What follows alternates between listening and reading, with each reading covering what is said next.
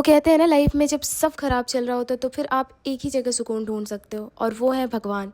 उनके पास जाते ही सारे दुख दूर हो जाते हैं। तो मैं हॉस्टल में रहती हूँ और मेरी लाइफ में सब अच्छा है, ऐसा नहीं कि कुछ भी खराब है, सब अच्छा है। पर कभी कभी पता नहीं, ऐसा घर से दूर होने से या फिर पता नहीं क्यों सब लगता है जैसे कुछ भी अच्छा नहीं चल रहा, और तब एक ही ऑप्शन बचता और वो है भगवान।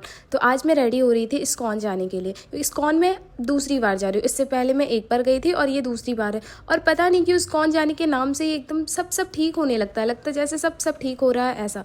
और मैं यहाँ पे फटाफट से रेडी हो रही थी क्योंकि मैं बहुत एक्साइटेड थी, क्योंकि आज मैं दूसरी बार इस्कॉन जा रही थी। मेरे साथ ऐसा है कि मैं जब भी कान्हा जी को अपने सारे प्रॉब्लम्स बताती हूँ, पता नहीं अपने आप ही सॉल्यूशन मिल जाता, बस उन्हें बताने की देरी है। मैं जैसे ही बताती हूँ और वो सॉल्यूशन बता देते हैं।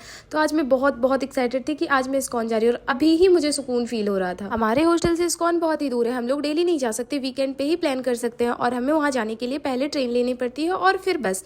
तो वीकेंड पे भी जाना बहुत मुश्किल हो जाता है क्योंकि बहुत सारे एग्जाम्स, कॉलेज, ये सब होते हैं। तो आज तो मैं बहुत एक्साइटेड थी कि फाइनली मैं दूसरी बार इस्कॉन जा रही हूँ। तो मैं तो चेन्नई में रहती हूँ, तो यहाँ पे बहुत ही ज्यादा गर्मी है। हमारे यहाँ बिहार पे तो अभी गर्मी आई भी नहीं है, यहाँ बहुत गर्मी है। तो मैं पहले जूस पीने आ जाती हूँ और फिर मैं स्टेशन चली जाती हूँ, क्योंकि सबसे पहले हमें ट्रेन लेनी पड़ती है, फिर बस और फिर ऑटो, फिर हम लोग पहुंच जाते हैं इस्कॉन। तो मैं जब भी बस में बैठती हूँ टाइम ही नहीं बीतता, पर आज पता नहीं कैसे एकदम से टाइम बीत गया और हम लोग इस्कॉन 4-5 घंटे पहले ही पहुंच गए थे। और वहां पहुंचने के बाद पता चलता है कि 4 बजे के बाद ही मंदिर खुलेगा। 4 बजे का वेट करते करते मुझे तो बहुत तेज भूख लग जाती है। फिर हम लोग इस्कॉन में ही कुछ खाने आ जाते हैं, मैं कॉफी पीती हूँ और फिर हम लोग कुछ खाते हैं। और फिर मैं वेट कर रही थी कि 4 कब बजेगा, और सच बताओ तो 4 घंटे कब बीत गए बैठे बैठे पता ही नहीं चला। और फिर हम लोग अंदर जाते हैं और मैं भगवान से अपने सारे प्रॉब्लम्स बताती हूँ और बताते ही मुझे सॉल्यूशन मिल जाता।